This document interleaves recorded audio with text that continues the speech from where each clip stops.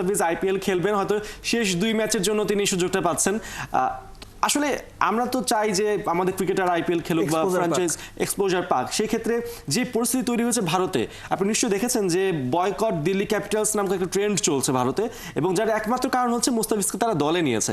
এই পরিস্থিতিতে যখন কিনা রিশাদ, নাহিদ রানারা পাকিস্তান থেকে ফিরে আসতে বাধ্য হলেন, সেখানে আমরা মুস্তাফিজকে ওই জায়গাটাতে পাঠাতে যাচ্ছি, ভারতে পাঠাতে যাচ্ছি।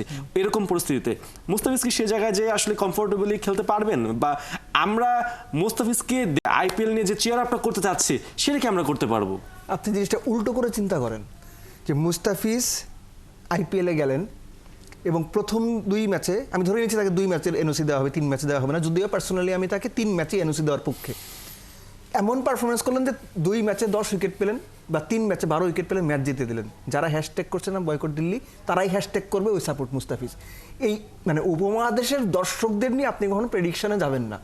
সো মুস্তাফিজ ওখানে যাবেন, ভালো করবেন, এটা আমাদের প্রত্যাশা, আমরা এক্সপেক্ট করি। ওই দলও তাই করে, এবং তিনি যদি সত্যি ভালো করেন, দিল্লির সমর্থকরা, ভারতের সমর্থকরা যে কারণে তারা বলছে যে বয়কট দিল্লি বা মুস্তাফিজ যাওয়ার কারণে এই কথা বলছে, এই তারাই মুস্তাফিজকে ফুলের মালা দেবে এবং তারাই মুস্তাফিজকে মাথায় নিয়ে আসবে। যদি বিপরীতটা হয় তখন কি হয়? মুস্তাফিজ যদি পারফর্ম করতে না পারেন তখন বিপদ হবে। It will go for Delhi Capitals, not Mustafiz. Perform করলে সেটা মুস্তাফিজের, পারফর্ম না করলে দিল্লি ক্যাপিটালস মুস্তাফিজকে নিয়েছে বা নিতে খেলাবে, বুঝে শুনে দেখেই নিয়েছে, ইট ডাজন্ট ম্যাটার। আর মুস্তাফিজের ওই চ্যালেঞ্জটা নেওয়া উচিত মেন্টালি, যে আমি পারফর্ম করব, এবং যে মুস্তাফিজকে চিনে, যে মুস্তাফিজকে জেনে দিল্লি পিক করেছে, ওই মুস্তাফিজই যেন ফিরে আসে, এটা তার মেন্টালিটি থাকা উচিত, তার ক্যারিয়ারের স্বার্থে।